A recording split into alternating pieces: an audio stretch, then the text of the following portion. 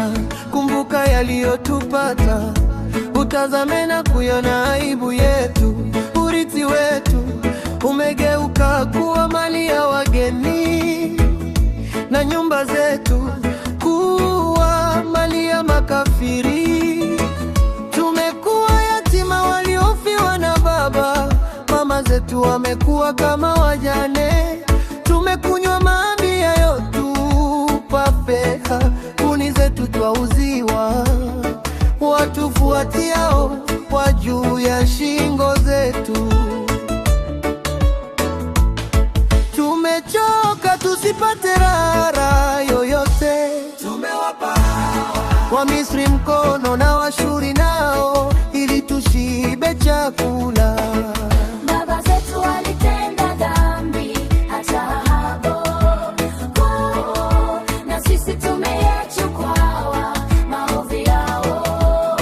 Watumwa wanatutawala, hakuna mtu wa kutuokoa na mikono yao. Twapata chakula kwa kujihatarisha nafsi zetu, kwa sababu ya upanga wa nyikani. Ngozi yetu ni nyeusi kama tanuu, kwa sababu ya hali ya njaa ituteketezayo.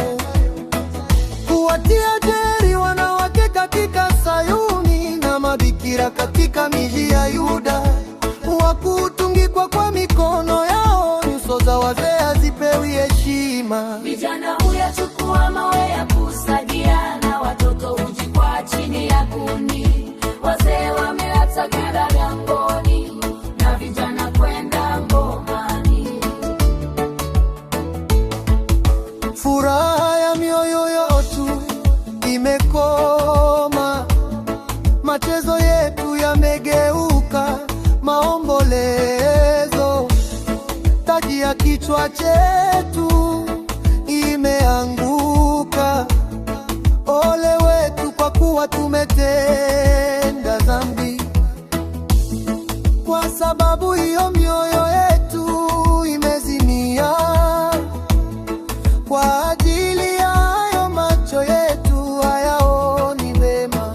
Kwa ajili ya mlima Sayuni uliokiwa, mpwea hutembea juu yake. Wewe Bwana unadumu milele, kiti chako cha enzi ni tangu kizazi hata kizazi. Mbona watusahau siku zote na kutuacha muda mwingi?